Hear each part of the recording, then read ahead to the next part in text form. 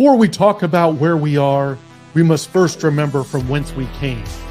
Marty Schottenheimer brought winning football back to Kansas City and built what is now known as Chiefs Kingdom. We transitioned from a team built on its defense in the 90s to one of the most dominant offenses and return men in NFL history, led by Dick Vermeil. In 2012, a 2-14 Chiefs team displayed disastrous play on the field and turmoil off it. We asked to save our Chiefs, and in came Andy Reid, who immediately turned this franchise into a perennial playoff team. Then, on April 27, 2017, the Chiefs broke free from their journeyman quarterback restraints and drafted Patrick LeVon Mahomes. In 6 years with Patrick at the helm, we're back-to-back champs and a dynasty headed towards a three-peat. We are unrelenting for this city, these players, and this team. This is the show for the allies. Arrowhead Allies.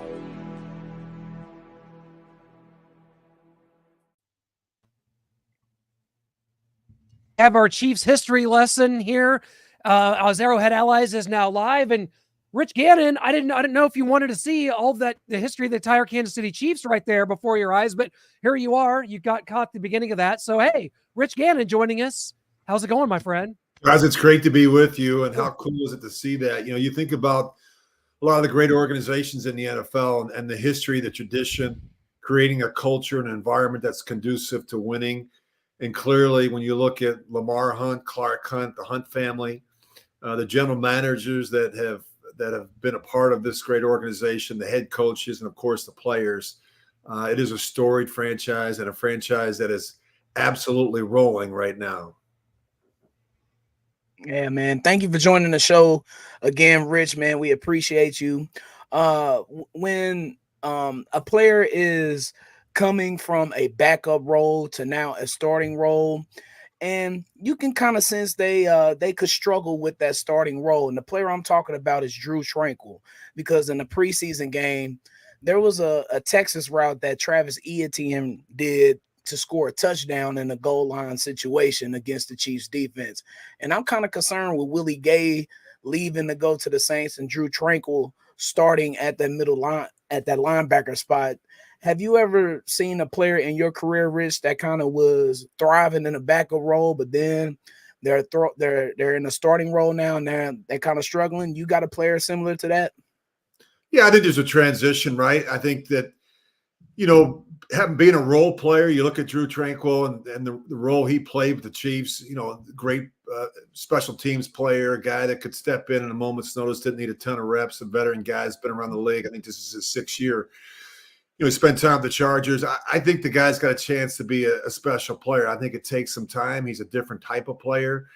But, you know, I think part of it is playing in the preseason, getting reps, you know, getting comfortable with the calls, and just, you know, going out there and stacking really good performances back to back. I think that's really what it's all about. You know, if you think about the Chiefs defense, the last couple seasons, you know, it's not necessarily how they started.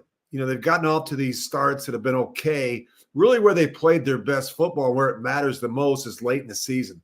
Look at how good the Chiefs were in the postseason last year, but you look at what they do in December and January, where when the weather starts to change and they start to tighten things up. To me, that's the sign of a really good defense. You know, Rich, honored and humbled to have you on our show tonight. We're really big fans, and I want to tell you about being a big fan. I was a season ticket holder at Arrowhead from 1991 through 2011, and everybody wants to talk about the Gannon and Gerbach debate, but I want to take it back to 1996. Steve Bono was in his last year with the Chiefs at that time, and the Chiefs started the season 4-0. You were backing up Steve Bono, and the Chiefs were on the verge of slipping out of the playoffs. And then Marty Schottenheimer said he wanted you to be the starting quarterback. You came in and you won a big road game against the Detroit Lions. All the Chiefs had to do all they had to do was win one of their last 2 games. And in the 15th game of the season, you pulled a hamstring, and the Chiefs had to go back to Steve Bono as a quarterback. And when you went out of that game, speaking from being in section 110 where I sit, I could speak for the entire crowd. We were just deflated because Bono didn't have the confidence to go back in there. We knew it because we were behind Rich Gannon, our new starter, and consequently the Chiefs lost that game to the Colts, and the Chiefs lost the last game of the season at Buffalo with Bono as a starting quarterback. After that season, Steve Bono was released. In the spring of 1997, free agency began. Marty Schottenheimer brought in free agent quarterbacks Chris Chandler, Heath Schuler, and Elvis Gerbach. And my wife even said to me, she said, "Why are they bringing in all these quarterbacks when they got Rich Gannon? Isn't he still the starter?" And I said, "Honey, I think so. I think he should be." So I'm still with my wife. We're celebrating our 30 years of marriage next month. So for this question, I got to ask for my wife, and I want to make this as professionally as I can, Rich. Going into the 1997 season when Marty was bringing in all those veteran free agent quarterbacks, did Marty Schottenheimer question your durability to be the starter when all that was going on? Did he bring that up to you about your durability, or is that just something that you just had to accept? How was that? Yeah, my durability really wasn't an issue. That injury that happened in that game was a fluke injury. I was actually sliding for a first down, and the defender tried to tag me down, and I wound up pushing my leg straight back over my head, and that's how I got the hamstring injury. It's just kind of a fluke injury, and those type of things happen. But I think the problem with Carl Peterson and Marty Schottenheimer, I never really had a lot of conversations with them about my role as a starting quarterback. I think when they had Bono, they felt like they could win despite him. We had a really good defense. We had a really good running game with Marcus and a good offensive line. And it just felt like, we could win by being good on defense, good in the kicking game and not turning the ball over. And that's kind of how we won. And I think when they brought in Elvis, they thought there'd be a little bit more of an upside in terms of the production at the quarterback position. The thing about Elvis, it's just, he didn't have the passion and the commitment that I had. And I think it was pretty evident to the players and the coaches. It just apparently wasn't that evident to Marty. Marty never really gave me the opportunity to be the starter in Kansas City. And that really was hard for me. I tried to be a good teammate and support everybody and do what I could. But I think the decision to play Elvis in the playoff game against Denver was probably one of the worst decisions the organization ever made. He just wasn't physically ready to play. He missed 7 or 8 games, just wasn't ready to play. And, when you get that close, when you go 13-3 and have home field advantage at Arrowhead, you like to think you can get the deal done and close it out and get yourself to a Super Bowl. That team was good enough to win a Super Bowl. Mm. Well, first of all, Rich, it's an honor to get a chance to talk to you, man. Grew up watching you, and this is cool. And last week, we're talking to Merrill Hodge, and now we're talking to you, and I'm sitting here starting to get a little bit of a complex because we're talking to people that just don't seem to age for whatever reason. And I'm in my mid-30s, and I'm looking like I'm in my 50s. You guys got to give me the secret when we get off air. Anyway, Rich, listen, man, I know Shaggy didn't want to jump into it too much. I want to dive right into it because I know you kind of left it off talking about that 1997 season. I could tell it still very much matters to you because I believe, and I'm not trying to put words in your mouth, but I know as a competitor, knowing what that team did when you were on the start, when you had the helm as the quarterback, you're 5-1, you're averaging 26 points per game in those 6 games. You had the number 1 defense in the NFL. That team wins the Super Bowl with Rich Gannon playing in that playoff run. You don't lose 14-10 to Denver if you're playing in that game. What I want to talk about is whatever else you want to say about that situation, or how difficult that was for you to accept, knowing you were the best quarterback on that roster. How difficult was that for you? And did you take that and run with it afterwards, and maybe that was something that kind of drove you to get that MVP season with the Raiders? By the way, I absolutely hated seeing that happen, even though I was very happy for your success. To see you have that success with a team that I've despised my whole life, even though you didn't start here with us, man, it felt like you were one of us. It was very hard for me to accept, but I know that that's something that you had a challenge in your career in Kansas City was, learning to accept that what a coach is saying you have to listen to. What was that like for you in that moment, and was that what drove you in Oakland later on, man, to have such an incredible run with them? Yeah, I thought that was a heartbreaking experience. I think that team there that we're talking about was probably the best team I ever played on. And look, I played on some good teams with the Raiders. Went to a Super Bowl in 2002. We went to an AFC Championship game in 2000. We won 4 straight AFC West titles. I mean, that team that I played on in Kansas City was a better team. We had a better defense. We had a better, I think, offensive line. We had great running game, and we had some playmakers on the perimeter. So, that was frustrating because you don't get that opportunity that often to run the table like we did. We were 13-3. Our defense was dominant. I mean, that was one of the best defenses that I ever competed against. You say, well, what are you talking about? How'd you compete against? I went against them in practice all the time.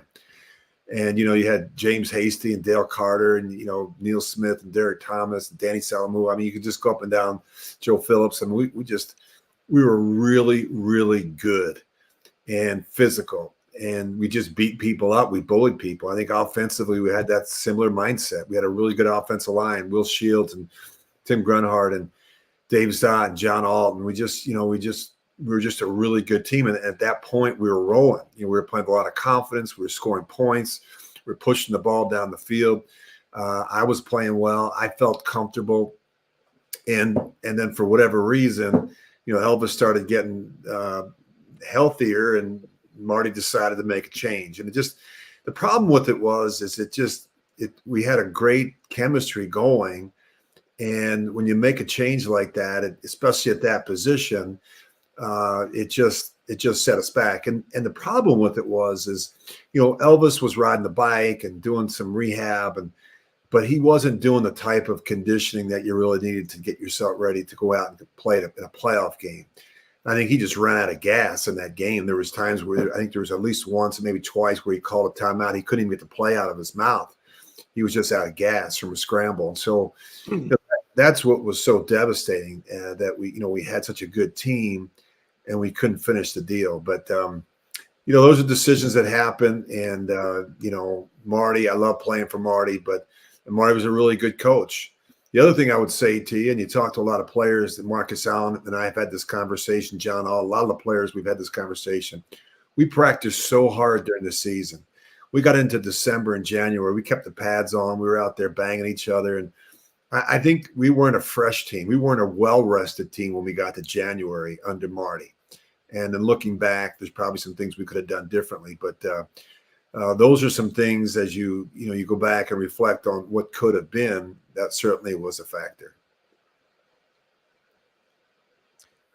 Well, Rich, I want to talk about the quarterback position and how, your career, being drafted in 1987 by Minnesota, being a backup in the league for quite some time. Do you believe that a Rich Gannon type career is even possible in the NFL today, where quarterback development, everything is so, quick hitting? You want it now. You want your quarterback developed, ready to go as a rookie. You see what so many of these young quarterbacks have been able to do. Is there enough patience in these organizations to find a Rich Gannon that could be an NFL MVP well into their 30s?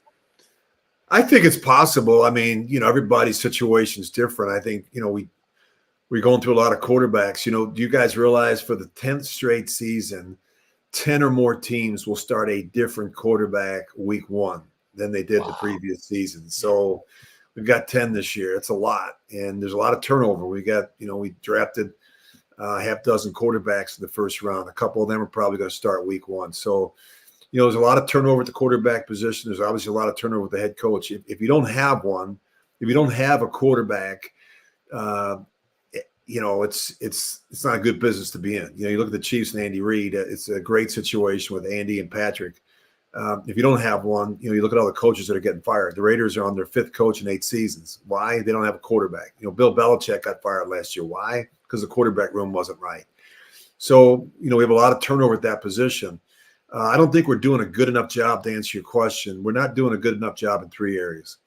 We don't do a good enough job identifying who those players are, whether it's at the college level or in free agency. And then the next question is, can you get them in the building, right? Can you draft them? Can you make that decision in free agency to sign them? And then once you get them in your building, can you develop them? Can you coach them? It's a lot of turnover with the coaches. We've got tight end coaches that are now being promoted to quarterback coaches, never played the position, never coached the position. There's a lot going on, but I think the one area where we're failing is the development of the young quarterback. And what the offseason changes, we don't have quarterback school anymore. We have less time with the players in the building in the spring. And the one position that really I think pays the price is the quarterback position, particularly the young quarterback, the developmental quarterback. I really got better at my craft in the offseason. I was a guy that participated in the offseason program. I was in Kansas City all spring. I was, with the Raiders. I lived out there. I spent my time at the facility working out and being in meetings and watching tape and out on the field working with the receivers, getting better at my craft. And we're not seeing as much of the development right now at that position. That has me concerned.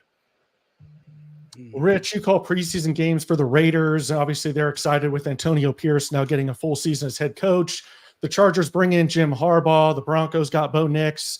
So what do these AFC West teams have to do to make ground against the Kansas City Chiefs in the division? And then conversely, what do you think the Chiefs' chances are at getting this three-peat? Well, I mean, I look at Patrick Mahomes' record against the AFC West. He's 30-5, which is remarkable. And I think, that if you're any of those other teams, it's all about, trying to, get caught up to what's happening in Kansas City. And I think it starts with the play caller and the quarterback. And I think you look at Jim Harbaugh going to Los Angeles with Justin Herbert. I think Justin Herbert's really going to benefit from that relationship. Greg Roman, an offensive coordinator that's got experience in Buffalo and Baltimore and more of an emphasis on the running game. I think that's going to help Justin Herbert in the play action game. So I think he's a terrific player. I think those other teams, the Raiders, the Raiders were in the middle of August. They still haven't figured out who the starting quarterback is. They're going back and forth between Aiden O'Connell, Gardner Minshew. That's not a great situation to be in. And, of course, the Denver Broncos are in a very similar situation. They're trying to figure it out. They got Bo Nix. They brought in Zach Wilson from the Jets. And, of course, they've got Jarrett Stidham. So they're trying to figure it out as well. Bo Nix got off to a good start the other night. But keep in mind, guys, we're talking about preseason reps. We're talking about a quarterback going out and having a nice night against a bunch of second and third stringers. So we'll see how it works out. But, I think you'd be foolish to think that the Chiefs won't, I don't want to say walk through the AFC West, but the Chiefs are certainly the team to beat. And if Patrick Mahomes can stay healthy, man, that's going to be a tough out for those other three teams. Well, Rich, we can't thank you enough for being on here with us. Before we let you go, we got to hit you with our quick six, our quick fast five, rather. You're our sixth here today. So fast five quick questions. You give us whatever comes to mind. We'll have some fun with it here, Rich. And so I'll ask you, you're one of the best NFL analysts. You can hear your work on CBS Sports Radio and Sirius XM. We always love seeing you at the Super Bowl. We look forward to that every year. We'll have a new sign made for this year with the New Orleans theme. Don't worry about that. What was your favorite summer activity, whether it be a concert, a road trip? What was your favorite summer activity you did this year? Well, we have the U.S. I'm a member at Hazeltine National Golf Club here in Minnesota. We have the U.S. Amateur going on right now, so I've been playing a lot of golf, and I'm actually getting a lot of pleasure in seeing these really good players, some of the best amateurs in the world, struggle out here at Hazeltine. The rough is brutal, but I would say I played a lot of golf this summer here at Hazeltine. Brian? Thanks, Rich. I have one more question for you, Rich. One more question. What is one thing that Patrick Mahomes would need to focus in and zone in on, that he would need to improve on from last year? Something else that he could add to his belt? I would be nitpicking. If there's one area of his game where I think he can take it to the next level, it would be not wasting plays. And what do I mean by that? We only have 65 plays in a game, usually on average for the offense, sometimes less, sometimes a little bit more. Making every play count, not getting a situation where we're just wasting a play trying to take a shot. And I think that's, comes with experience. He's got a lot of it, obviously, but taking more control, more ownership of the team at the line of scrimmage, changing protections, changing plays, getting out of a bad run into a better one or to a pass. But I just think taking more ownership and not wasting some plays. You go back and study it. There's times where he gets a little antsy and he gets, he sometimes he's not as patient and he just wants to go for the big ball. I'd rather, you never go broke taking a profit. I just think not wasting plays for Patrick Mahomes would be a good place to start in 2024. Shane? You know, I was going to ask John Gruden or Marty Schottenheimer, but you pretty much answered that one there. I think you like John Gruden better. But Rich, we miss you in the TV booth on CBS, so I'm going to ask you this one. Ian Eagle or Kevin Harlan? Well, I worked with both of them. You're talking about Kevin, what? No, two I of want Rich. I want Rich and Kevin? But I worked with Kevin the longest. He's one of my best friends at CBS. He's a Kansas City guy. He loves the Chiefs.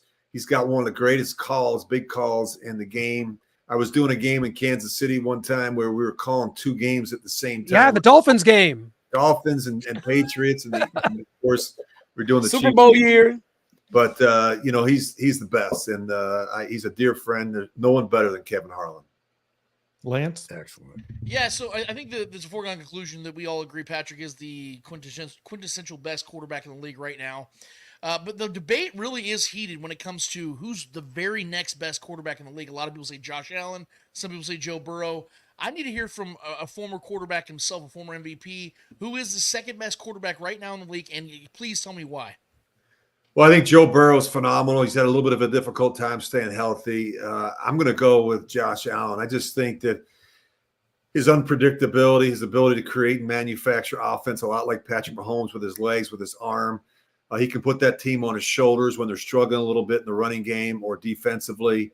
We saw that shootout a couple of years ago between the Bills and the Chiefs. They've been close. If you're going to put a gun to my head and say who's going to be in the AFC Championship game this year, you'd be hard-pressed to not say the Bills and the Chiefs, two of the best teams in football. And a big reason why is I think they have the two best quarterbacks in the NFL. Rich, we can't thank you enough. And no way you got to send us out. Rich, thank you so much. Love and I will you, Rich. take us Thanks out so here much. by saying, You guys are the best, man. I love what Rich. you guys do. It's awesome. Keep it going. Hold on. thank you so much. We got one thing here, Rich. It's 26 years in the making. We got to set the record straight here, and it is Rich Gannon, 1998. I know We set that's the record right. Straight. You guys are the best. You will accept the score. You guys are the best. Take that, Elvis. I love He it. pulls it off better. He pulls off Thanks, the games Rich. better anyway. Thank you, Rich. Always an honor. Take care. You guys. See ya. Yo, Oh, man, shout I out love to that legend guy. I Rich love that Gannon. guy. Rich Gannon on the show. And we're never Man, gonna hear thank you Even very though much. even though in that 99 season, oh God. Oh, 17-0 blown lead to the Raiders. But DT's last game, it had Yeah. to be like that, huh? Yeah. Yeah. Rich Gannon leading a comeback. We had James Hasty, a pick six to go up 17-0. Lead blown, division blown. Seahawks to the Yoffs.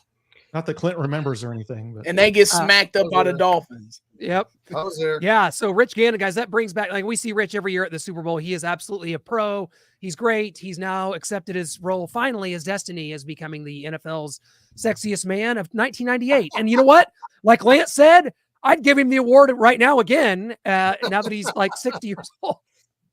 I'd give Rich Gannon the award again right now. He doesn't Who's better, age. who's better looking than Rich? We should have asked him if he could eat garlic because I'm pretty sure he's a vampire. This dude Yeah. does not age. Like, it's amazing. You What an know, guys, embarrassing- I want to thank you from sincerely as a diehard fan. That was really super cool. I got goosebumps interviewing him. It was a good time. I love the guy, even though he went to the Raiders, just like everybody else goes to the Raiders, and they turn out really good. No, seriously. I love Rich Gannon. And since we're talking about Gannon and Gerbach, today is Elvis Gerbach's 54th birthday. Happy Wow. birthday, Elvis. How ironic is that? Okay. Leo season, baby. Yeah. Wow. Yeah. All right. Thank you, Rich, man. Love you, man. He's still here. Oh my God. He heard all that. Maybe But we we'll do have have Elvis a Gerbach on preseason game. Rich Gannon's Preseason game birthday. in the books. A preseason game is in the books, and we've got McCole Hardman out here, who I cut during this game. So I don't think he's still on the team since I cut him, but he got us a safety here. Thanks, McCole. It's hard to tell that just because of the fact that the refs didn't even know what to call. This whole kickoff rule is I'm going to vent here a second. You just turn my mic off if I'm venting too much. This Okay. new rule sucks. This new rule, the NFL has always got it right. They have always got it right. And in the few years ago, when they said we're going to move the kickoffs back to up to the 35 because player safety is so important. I'm going to try to make this short and sweet. Player safety is so important. Well, now they're going to have a situation where, well, that was getting boring. Let's have kickoffs. When somebody gets hurt and somebody is going to get hurt on kickoffs of significance, then they're going to freaking think, boy, this was a stupid ass idea. I'm sorry for the profane language, but I hate the whole thing. What do you think, Lance? Ass is in the Bible. What? Well, let me just did it again. add to that real quick. I understand that this right now feels so abrupt and it feels that they're messing with the game in a negative sense, but there's growing pains to everything in the league. You guys remember in 1978 when they moved it from 14 games to 16 games? People thought it was a bad idea. It ended up popularizing the league to a whole nother level. They've made changes throughout time. This is what makes the NFL great, is they get out ahead of things. Now, right now, it doesn't look awesome, but we have to remember, guys, what is one of the main things we've been complaining about as NFL fans and football fans for the longest time now, is the fact that the kickoff is essentially useless. It is basically it's a pleasantry. And we all miss that because here in Kansas City, we have a history of great kick returns, of historic kick returns that meant something in big games. So we should be fans of this type of change more than anybody because of the fact that this could really alter games. And I think that although this looks clunky right now, once the refs start to really understand what this is all about and the rules of it, I actually think this is going to work out. I'm choosing to look at this a little bit more on the optimistic side, believe it or not, because I do believe this is going to add that third dimension to the game again, because it's really just been offense and defense for the majority of the last decade or so, guys. And I really do miss the kickoff. I do miss the special teams plays. I miss that exciting stuff when you'd see Devin Hester on Monday Night Football return a kickoff and things like that. We haven't had that in the longest time, and we need that again because I think that only adds quality to the game. Then move the kickoffs back to the 30-yard line, or maybe the 25. If you really want kickoffs, move it back to the 25-yard line and we'll have some kickoffs. I don't like this. Well, they're trying to kick it to a spot, and if the ball hits that spot, and then if they don't pick it up there, they get it at the 40, and they don't get it at the 20. Safeties it's for too us. much. Yeah. The referees disagree, didn't even Shaggy. know it was a safety. Shaggy, Why's that? Yeah, well, you're a traditionalist, and I get it. I understand. But I love this kickoff. First off, I love the formation that they're in. I love how everybody just stands still until somebody gets the ball. I don't mind the little drop zone or whatever they call it. I like it. And to me, I always think analytically to where I try to understand what everybody is thinking. And with this, the kick, like, what is a kickoff in the NFL prior to 2024? It was boring. It was a dead play. Like, and why have that in the game? Like, what's a kickoff now? I was just thinking, like what would they call it? First snap if it wasn't for a kickoff in the NFL now? Like that? No, I keep the kickoff in the game, adjust it to where it is safe. And you see here, everybody's going to adjust on the fly, man. McCole clearly was trying to kneel the ball with his body in the end zone. He didn't think that his hand right there out of the end zone. He didn't think that his hand being on the ground would count as, that. Okay, fine. And neither did the This ref. is where you learn these rules on the fly in preseason, so we can adjust week 1 against Baltimore. Had McCole done that in 3 years, we're sitting here all roasting him, and I wouldn't be able to defend him. This is also new. It's everyone's learning it together. Brian's 100% correct. It's a lot like in the NBA side of things. I know, Shaggy, I know a lot of people don't, hate that, people don't want to talk NBA, but Hack-a-Shack, when that all started to happen, it lowered the quality of the game. They had to adjust. And so now you're not able to do what they did 15 years ago where they would just hack Shaq and get him on the line because they knew he couldn't make free throws. They have to do that within 2 minutes of the game. It's different now. So it's all about adjustments. And like he said, and like Brian just said, it was basically a non-play. And you don't want that in the NFL. NFL is all about bringing casuals in. You're not going to bring more casuals in if you literally have a useless play 8 to 10 times a game. It's just not good for the quality of what you're trying to present these people with. And that is why they're making these adjustments. You saw the XFL, the UFL, they started using this. This is why the NFL, they're experimenting with those leagues, and now they're combined. They saw the success it was having over there, with the quality of play they have in the NFL with the better athletes and better coaching, it's eventually going to flourish. It's eventually going to work. Just right now, it doesn't look appealing. It doesn't look fun because it's new, and it kind of changes the way, it changes a lot of things on the way we look at special teams. But I promise you, Dave Tobe, ask him about it. That man, if he could do a backflip at his age, he would do it because he loves this new rule. He loves that he can, because what it does, it adds implementation for him. It adds relevance to his squad, to special teams. They get to lean in a little bit more into the value of what they bring now to the team, and all of a sudden the 53-man roster is really emphasized on now. It isn't just the 22 guys that play offense and defense. Respectfully disagree. Okay, we've got that. Shane does not like this new kickoff rule, and he will not sleep. I have a button here, and I'm not afraid to use it. I'm just saying now. But Clint, McColl's not the only player that I cut during this preseason game. I also cut Nico Remigio. Unfortunately, Lance isn't going to like that he's been cut, but he has been. What is he doing? Jumping up in the air when he's wide open for this ball. I call it the Nico Remigio 3-year-old play. Then he gets up and just the ball stolen from him, snatched out from his grasp. And I guess he was down barely, luckily for Nico, and it was run back for a touchdown, but he said he was down. But nothing good in that play for Nico other than, I guess, catching it. But diving backwards, not my favorite there, Clint. Hey, he made up for it today with one of the greatest catches we've seen in all of training camp during 7-on-7 with Carson Wentz behind the center, my brother. So don't worry, with our receiving core in some question, Nico is still going to be a part of things. I know you cut already 2 players before we can even get to a cut. So no, I'm helping the Chiefs out here. I'm doing the legwork. I'm watching the tape, and I've already cut 2, so they don't have to wait till the end of preseason. Yeah, that, like we talk about the kinks, get them worked out. That's not good technique. That's not what you want to see. There's no need to be diving in the air to make that catch with no no defender in the area, only to have the ball ripped out. Not a good look, but Nico's a guy I think he's going to learn from that, guys. He's going to learn from it. He's going to be better. He's going to do the right thing. He's going to be better next time. It's hard to believe. It's hard to believe. I mean, in one preseason game last year, it was like, wow, who is this guy? He looked like, I mean, I know he was a different number last year, but he looked like he was uncomfortable. He looked like his head wasn't in the game. But as I told Lance through text, Matt Nagy went right back to him after that ball was after they challenged it and they ruled his progress was stopped. Matt Nagy gave him the end around sweep because he wants Nico Remigio to forget about that play. He wants his head back in the game. And the coaching staff really believes in Nico Remigio. If that was Marty Schottenheimer would have cut him right then and there after the ball got taken out of his hand. Yeah, I take after Marty. Yeah. What do you think, Brian? Oh, that's twice. I'm still a fan of Remigio. I think he was in the middle of just trying to make a play. And sometimes players get caught up in trying to do too much sometimes. McColl fumbling at the goal line against the Bills in the playoffs, something like that. You know. Yeah, playoffs. We talking about week 1 of the preseason. Give these guys a break, man. It's okay. Remigio will be fine after this. I low-key want to guarantee he makes the team. Let's talk about this guy right here. Let's go. Carson Steele on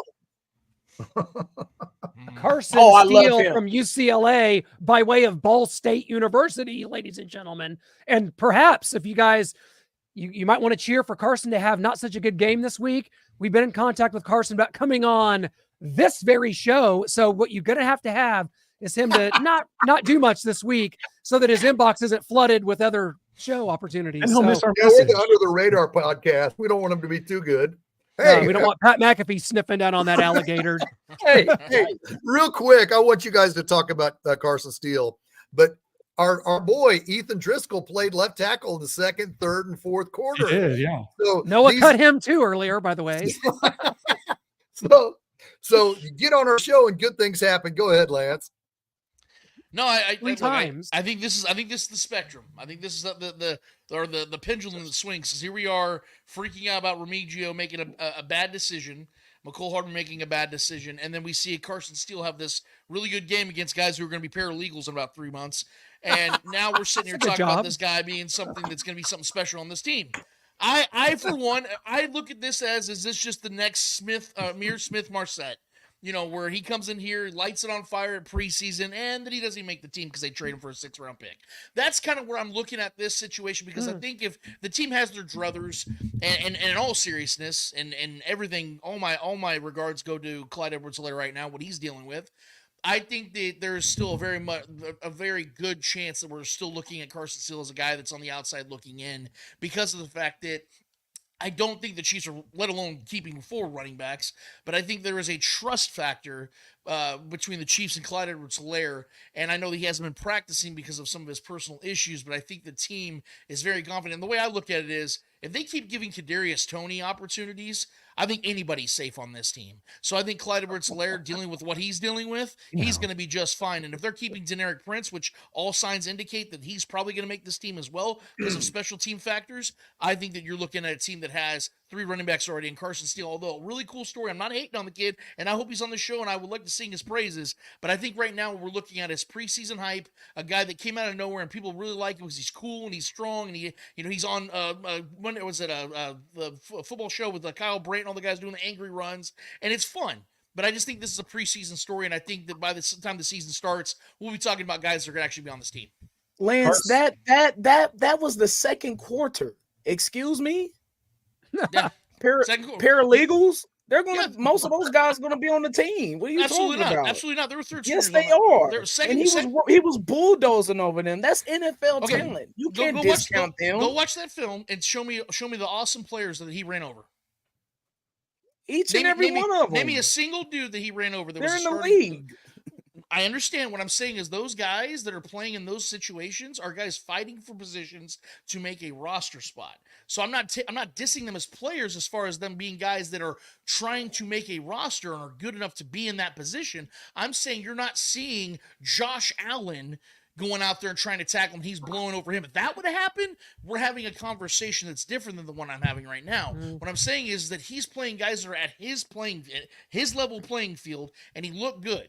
If you see that in a real game against, are you seriously sitting here telling me that he's not going to make this team? You think I'm telling you right now, as it sits right now, I don't believe makes this team because again, you're out of your mind. Well, okay. Would I have been out of my mind a year ago when I was sitting here saying the same thing? Not on this show, but other shows when I was saying Amir Smith-Marset was not making this team. He was the MVP of the team in the preseason. He was lighting it on fire. Victor Cruz, 2 words, Victor Cruz. All I'm saying is that we see this all the time. It's every year there's somebody that emerges that looks like, oh my God, this is going to be the next star in the making, and they don't make the roster, or they get traded, whatever the case is. I'm trying to balance the equation here just a little bit. Jesse Haynes.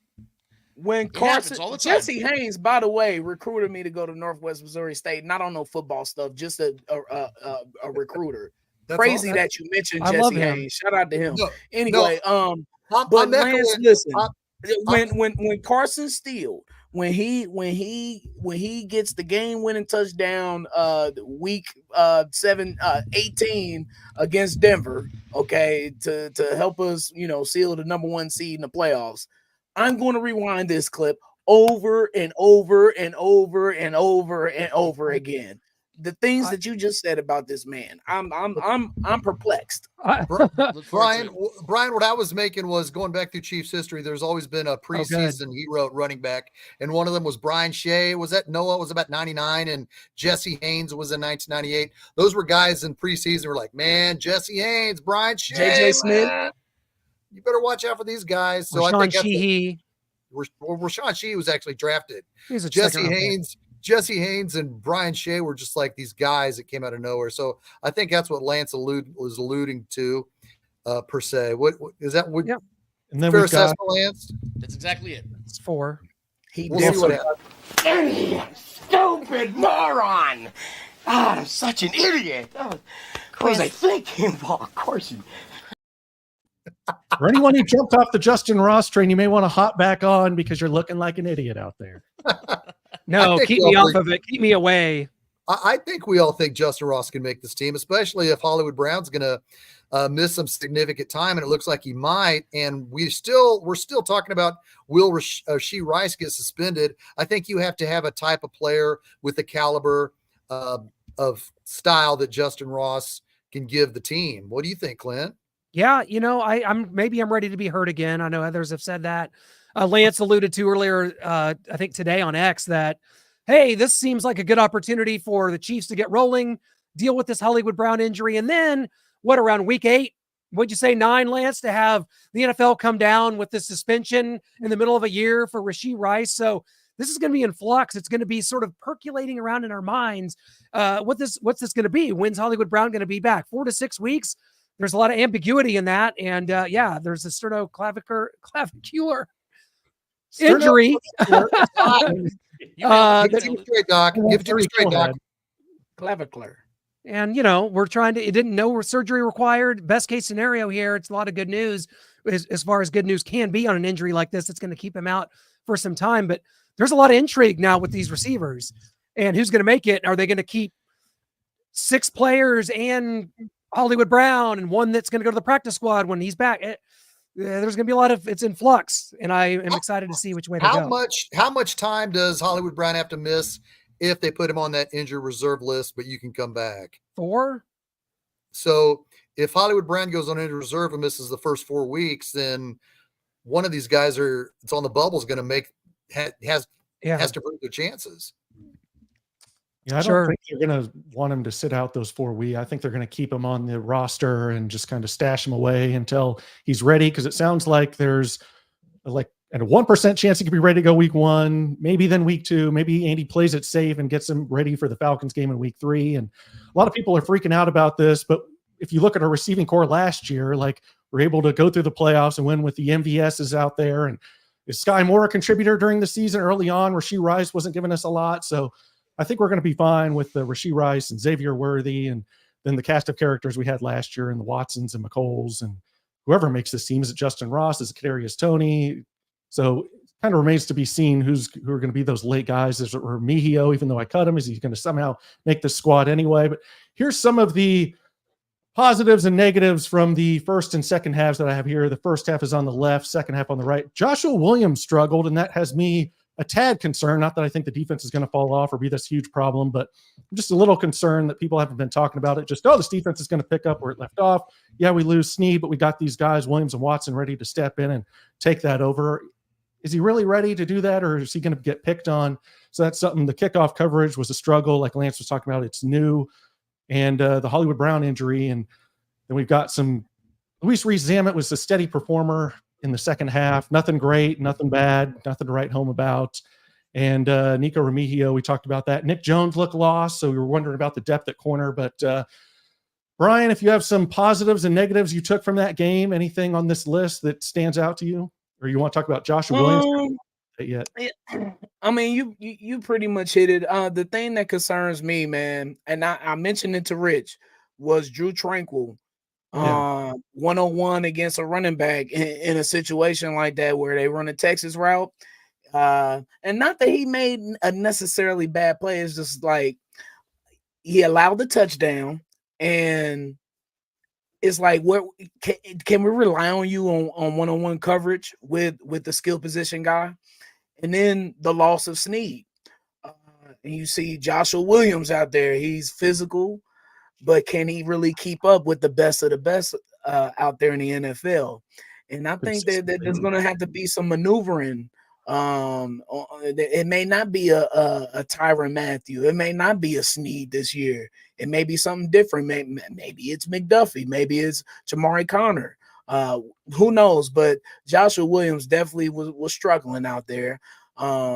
Those two things coming into the season concern me. Losing Willie Gay, losing Snead because people's expectations with this defense, that they're high after last season, and people have to come to grips like, hey, some of those stops we got last year, we're probably not going to get. They performed at a top 3 level, especially in the most crucial situations. So I think people need to cool their jets on defense and where they expect it to be a little bit. I think it'll be a drop off. Yeah, I expect the offense to improve, the defense to take a slight tick back, and maybe it'll kind of even out there, and we'll still get some performers out there. But I know you wanted to talk about this, Clint. Well, I had to erase Bob Sapp from the famed film The Longest Yard, and Luis Rees-Zammit has asked all of us, has asked Andy Reid, has asked this coaching staff, has asked Matt Nagy, can you teach me to football? No, was the answer. And I think we're seeing that. To me, Luis Rees-Zammit does not look fast in pads. He is not technically proficient. He may get there. It's not going to be this year. I love rolling the dice on a player like this. Again, like Lance talks about, a good story. This is really cool. I like the guy. We were able to interview him back at the Chiefs celebrity softball game. But at the same token, like the NFL is so intricate, and it's a game of inches, not because of literally inches from the football, the nose of the football to the next yard to gain or the goal line.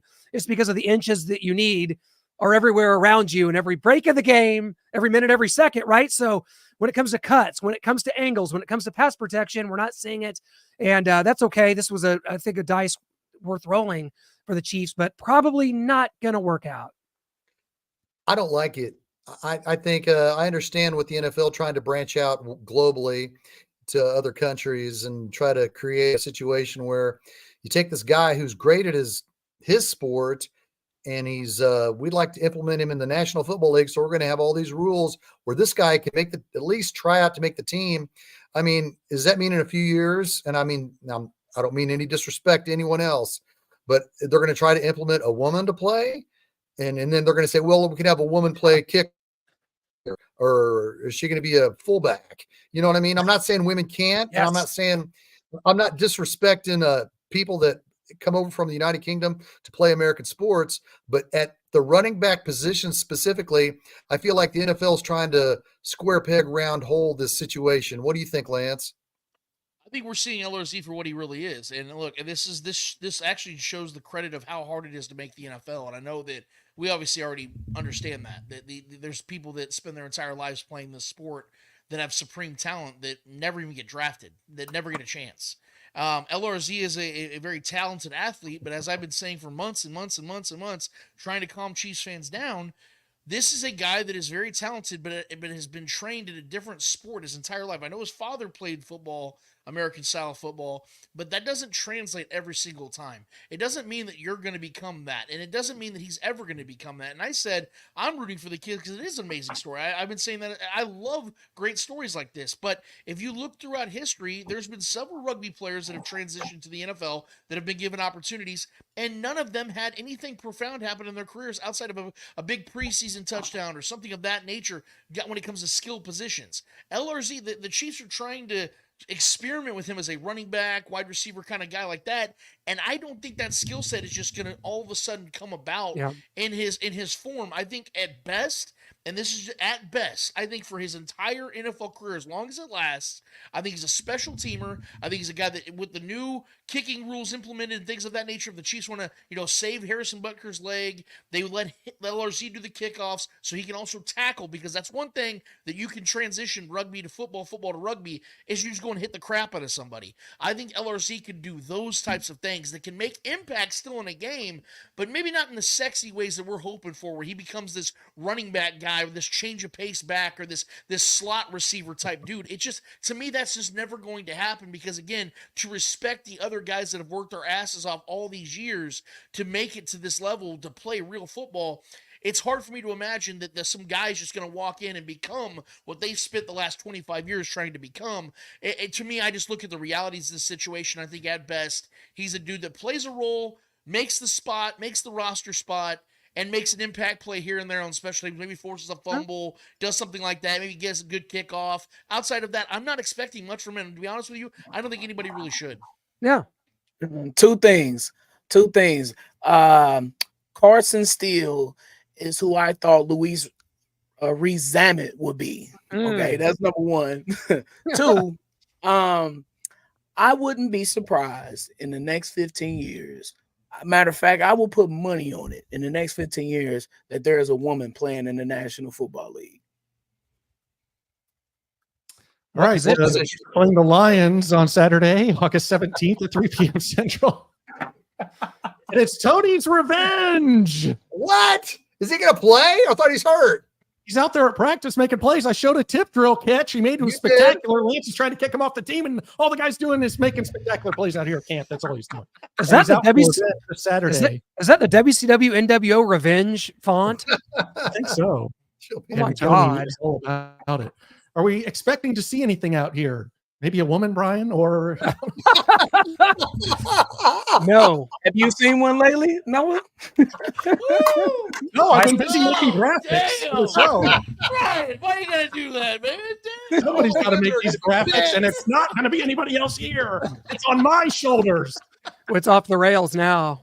I'm sorry. It's my fault. It's my fault. Blame me. I will Don't look- blame Brian. No, Right. it's not. Yeah, Are you're you right. good? No, I'm I, sorry. I'm- I'm I- sorry, I'm- ladies. I'm sorry, looking ladies. forward- It's my fault. I'm looking forward to this game because Detroit has a chip on their shoulder, clearly, especially against us, especially their fans. Their fans, for some reason, just I don't know, just they're like jealous of the Chiefs for some reason. I don't know, but Well, yeah. excited. Lots of teams, I'm Well, yeah, but I'm excited to see the starters play a little bit more. This is the last time we'll see the starters Yeah, it play is. before Baltimore. So Patrick Mahomes and the offense, I want to see them definitely touch the end zone against a good, solid defense who is supposed to be a Super Bowl contender. Yeah. Yeah, this is it. I mean, these preseason games, it just gets less and less intrigue. In this current format, the second game obviously has a little more starter action. We won't see that, of course, in preseason week 3. I'm looking forward to a time when it's probably 18 regular season games, 2 preseason or 1, and a woman. All 3 implemented. Oh, I am ready for all of it. And I saw a female kicker kick off for Vanderbilt against Mizzou back in 2020. just So saying. I'm We already not. got it. Was I it mean, a great kick, though, Clint? Was it a great kick? I don't know. it was horrible. We saw the necessary roughness. I'm Dude, just saying. One's a babe still. Top 10 Chiefs of the Mahomes era. This is just my list that I came up with, so I'm sure there's going to be some disagreement, and let the arguments roll. Wait. Lance, quick first thoughts. No, Lance loves it. There's a 5 linemen on there. Well, it's hard to put Patrick Mahomes in his own list. So, but I'll go with it. What's the era? Yeah, no, that's fair. I think honestly, this is very hard to debate. I'm yes, this is gonna piss Clint off, and I'm so glad it is. But I do mean it. Mitchell Schwartz being on this list, this tells me that Noah did very much pay attention to the Mitchell Schwartz era, because this man was an absolute He has us blocked on Twitter, lockdown of right course I pay tackle. attention. Damn it. This man was a lockdown right tackle. I'm telling you, if he would have been healthy, the Chiefs were talking about 3 straight Super Bowl victories already, or at least close to it. I think you're looking at a team that would have been very much okay at right tackle, let alone left tackle. If Eric Fisher would have been okay. But I think right now, if you're looking at this list, I think honestly, Joe Thuney could be a little bit even higher, because of the fact that he's had this will be his 5th season now with the team. Yeah. The fourth, 5th season. He could be a little bit higher up on this list because of how valuable he's been and how this team has had so much success, and how he's just been a lockdown left guard as well, man. Because what's the one position on this offensive line that has been sporadic and inconsistent? It's been left tackle, and Joe Thuney has filled in at that position. He's been able to solidify the left side. He's been consistent. He's been stable. I love that, and I love that Tyrann Mathieu's on this list, because if it ain't for Tyrann Mathieu, the culture of the Chiefs even in this Mahomes era doesn't change, because we saw in 2018 with the Bob Sutton way, it felt still very much like the same old Chiefs. I They forgot can't Bob stop Sutton. anybody. It's not physical. It's not gritty. We have great players, but they just always seem to, choke it away. Tyrann Mathieu changed that. He galvanized this defense. I know Spags and his way, but Tyrann was the coach on the field, and that's why he's a Chiefs Hall of Famer, in my opinion. He should be up there in the circle, in the Ring of Honor, and I think that Tyrann Mathieu 100% deserves to be on this list, man. Great list. I'm shaking my head because Of course. I No don't Nicole Hardman. understand. I don't understand, Noah, the disrespect to Dorian O'Daniel. Where is I know. this? I don't get it. Get a clue, buddy. A Swiss Army knife do everything like Chris Wilson once was, but he can do it on defense like Chris Wilson couldn't do it on offense, unfortunately. Well, Demetrius Harris. the first 2 years Patrick Mahomes was a starter. When you look after the 2019 season and the Chiefs won that Super Bowl, in 5 playoff games, Sammy Watkins had the best average. So I know he wouldn't. People don't want to put him in the top 10, but for the first 5 playoff games, I advise anybody to look at Patrick Mahomes' first 5 playoff games: 2 at home against in 18, in the 3 and 19, including the Super Bowl. Sammy Watkins had the best average, so I'd put in playoff Sammy. I'm good with that. Take off Mitchell Schwartz, put a receiver in. Yeah, I'm good with that. Take off Mitchell Schwartz, Joe Tooney, Creed Humphrey, and put on Byron Pringle. No, I got a great list. all the respect to all those guys. All the respect to all the four linemen that are represented. They deserve it. They really do. And all jokes aside, so yeah, That was a that's good list. That was a good list. I liked it. We left. I bet Orlando Shaggy has the Sandrick, Junior Hemingway jersey tucked in his closet somewhere. Michigan. Oh, our guy Colin. Colin saying he'll take the under on the Chiefs of 11.5 wins. There's Harbaugh in the division with Herbert. They lost Snead, their top corner. Harrison Bucker's comments. I don't know what that's doing in here, but Rice's legal troubles. This is still a wide receiver core that I would never trust. They'll be fine eventually, but they're aging at key spots like Kelsey. He's not a receiver. The division is better. I see them as an 11-6, 10-7, but I do not see them as top of the AFC 12 or 13 win team. Oh, you know, how many times, guys, off the top of your head, has the Chiefs under Andy Reid won less than 12 games in a season? The answer, I believe we're looking for, is 3. 11 in his first season, 9 the next year, and then 11 last year. Since then, it's been 11, 12, 13. We had 14-3. I mean, this is a joke by Colin Cowherd to even insinuate that the Chiefs are not is he insinuating the Chiefs aren't one of the top AFC teams? Is that what that quote was insinuating at the end? Burrow's healthy for who knows how long. I mean, He just saying, division's tougher. The AFC is the AFC, and the Chiefs tend to sleepwalk. I just wish during the season. I just wish know that. I just wish for once though that people would remember one big stat when it comes to Chiefs football under Andy Reid. Whenever you see the over, under, and win totals, you always take the over. Do you know why? Because he has never, Andy Reid, in the 10, 11 years he's been here in Kansas City, they've never hit the under on their win totals going into that season. So if you see 11.5, you have to take the over because he has given you that consistency every single time. You look at last season, because Colin was so adamant about talking about what they lost this year. What about last season? They didn't have Chris Jones or Travis Kelce or Charles Woodman to start the season. Kadarius Toney had the worst game a wide receivers ever had, and they still should have won that game against the Lions. You talk about all the worst wide receiving core that the Chiefs have maybe ever had last season, and they won the Super Bowl. 11-6, win the Super Bowl, and you're sitting here doubting this team now because of L'Jarius Sneed when this team has put nothing but resource after resource after resource at cornerback when L'Jarius Sneed himself was a 4th-round pick. I mean, all respect to L'Jarius, but I think we need to start giving respect to Spags in the system and it being more about that being centered around Chris Jones than any cornerback coming and going. I think we've seen this team have never spent any real money on a cornerback this whole time and have won 3 Super Bowls and have been to 4. I think that we need to start giving this team a little bit more respect. I think Colin, what he's doing is he's throwing a bone to his boy Sean Payton, who used to work at Fox, now he's at Denver, and he's saying if Bo Nix works out, that's going to become a team that can potentially win 10 to 12 games. He loves Jim Harbaugh. Him and Jim Harbaugh are close.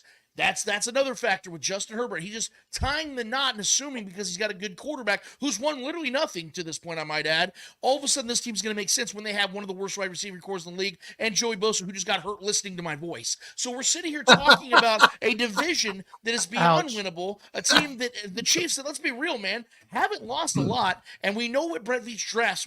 I said it on Twitter this morning about how you saw Kingsley Suamataia win this left tackle position from day one. There was no competition, just like Creed Humphrey and Trey Smith did. You see the solidification of this offensive line. You know this defense is going to be nasty again. They have the same coaching staff, essentially the same coach staff they've had for the better part of a decade, on and off with offensive coordinators, but I digress. It's Andy Reid's offense. The point remains, you can't sit here and dismiss what this team does and says, I don't see them as a top-tier team in the AFC. If you want to say they're going to win the Super Bowl, that's fine. But even in that, you got to give me a logical, sound reason because this team is as built and as ready to win the Super Bowl as any team out there. And I don't see, even when you want to throw the schedule out there, the Chiefs didn't get a tough schedule. A tough schedule got the Chiefs. Okay, let's look at it like that. These teams have to face the Chiefs. And I don't want to sit here and pom-pom and all that stuff, but I hear things like this, and Colin, this fired me up because I heard this live. This was like a little over a week ago when he said this crap.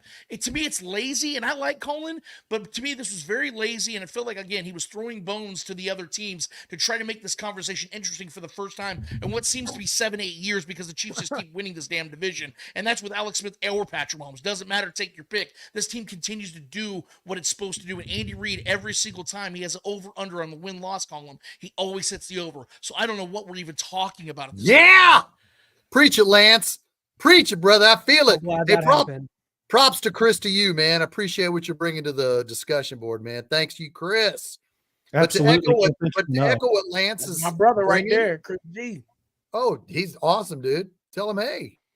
But, to echo what Lance is saying, I think a lot of these, and I think we touched on it briefly last week, a lot of these guys don't have anything to say. I think if they got on the air and said facts, hey, Chiefs got a realistic chance to have a three-peat. If they got on there and said that, nobody would want to listen. So he has to think to himself, okay, how can I say something that sounds like I'm making sense, but it actually doesn't make sense? But I'll try to make it sound like, hey, the Chiefs might only win 10 games. So I kind of take what the so-called experts take with a grain of salt. How about you, Noah?